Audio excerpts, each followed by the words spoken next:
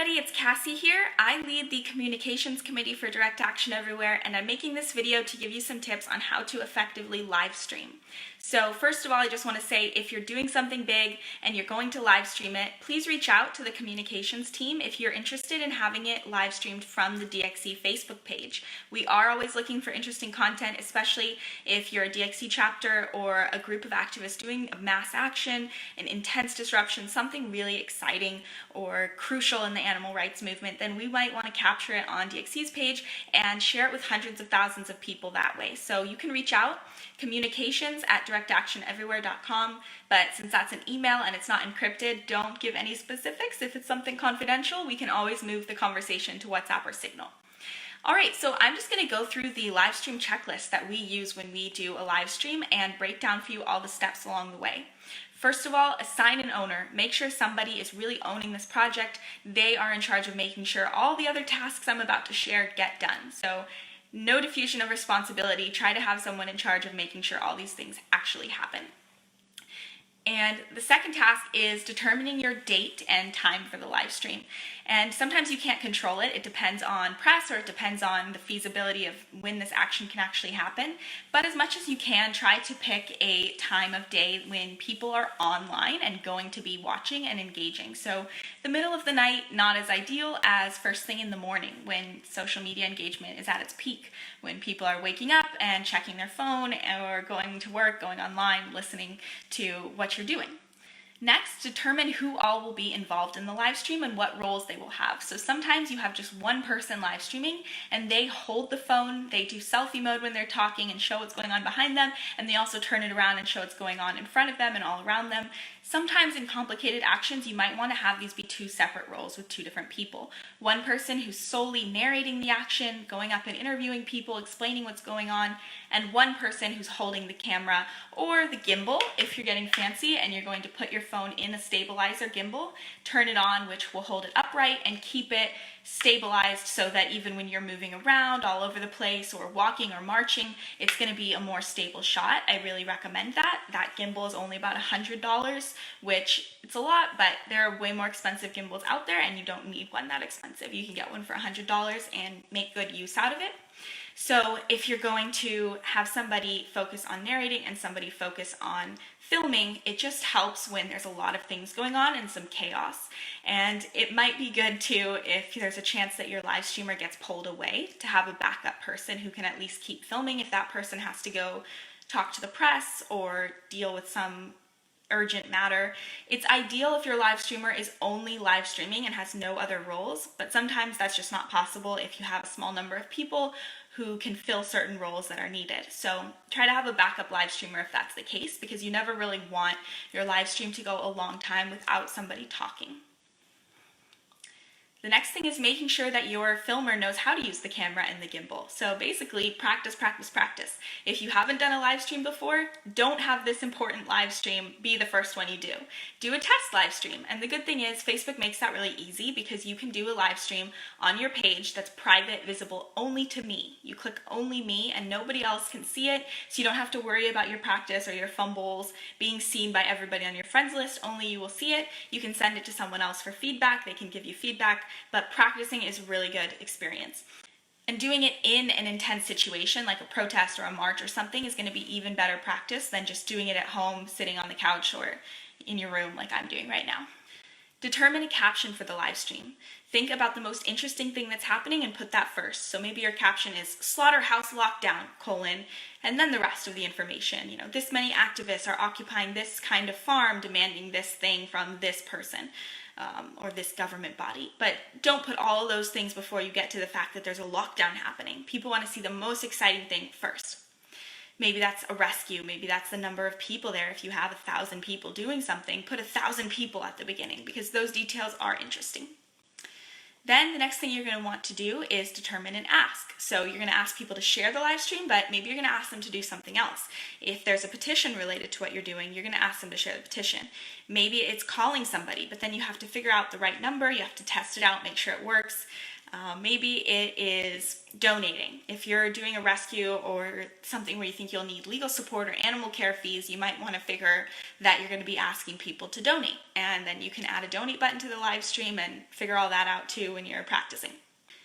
Make sure you have an interesting visual for the live stream. So don't do what I'm doing and just have a wall behind you. If there is something exciting happening at the action, then don't just turn the camera around and show your face and not show anything behind you, because people are going to tune in at every point during the live stream, and so they want to see what's going on right in that moment. If there are 100 activists behind you occupying City Hall, if there is some visual blood dripping down the stairs or something else going on, then show that behind you. Use a different angle to show what's going on behind you while you're live streaming, because then it's going to look more visually interesting at whatever point people join. And always show the most exciting thing that's going on. That's just the basic tip of live streaming. Before the live stream, you also want to assign people to promote it while it's live and to comment on it.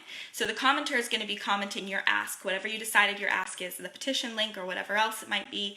They're going to also be commenting, please share this live stream, and thanking the people who share, thanking the people who show support so that people can see they're being engaged with, and the extra comments help boost the live stream.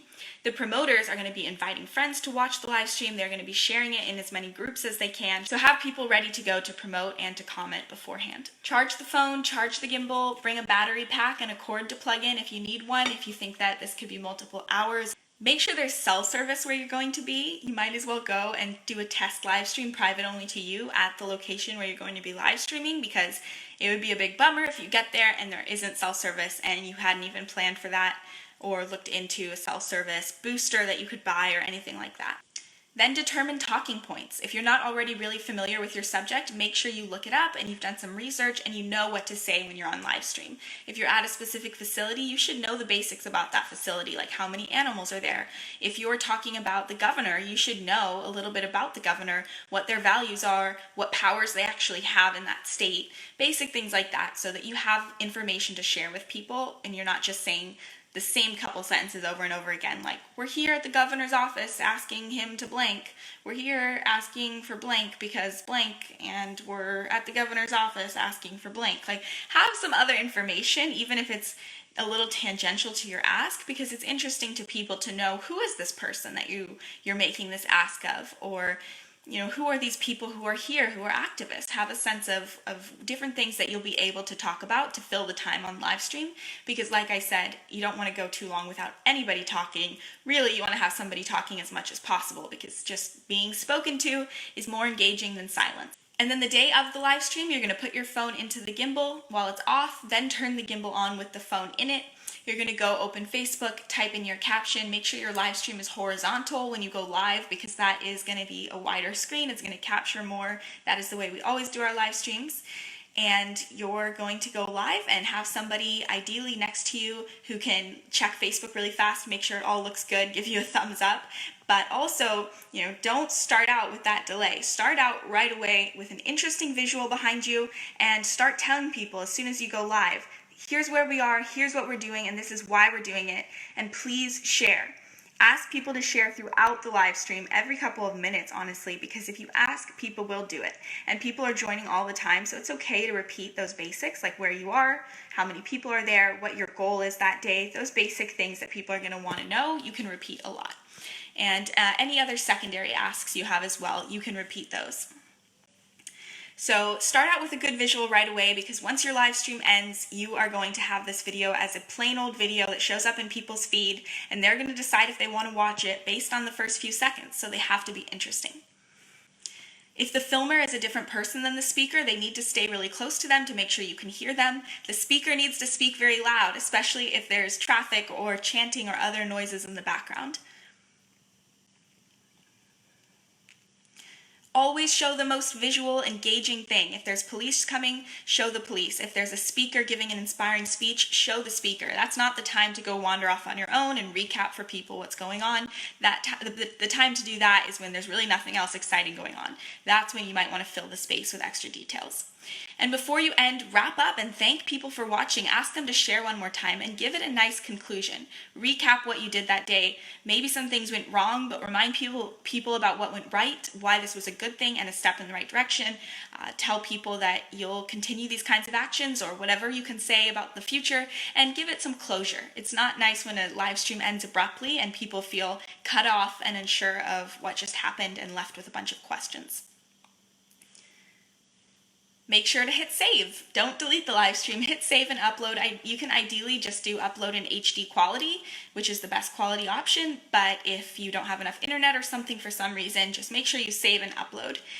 And immediately after the live stream ends, you can go on a computer, you can't do this on your phone, and update the thumbnail, because Facebook chooses a thumbnail for you, unfortunately, and sometimes they choose a really bad thing, like a weird facial expression or a shot of the ground where you really can't tell what is going on in this action at all.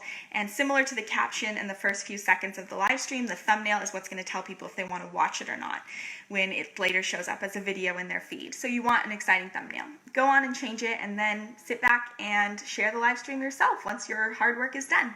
And ask everyone at the action to share it too.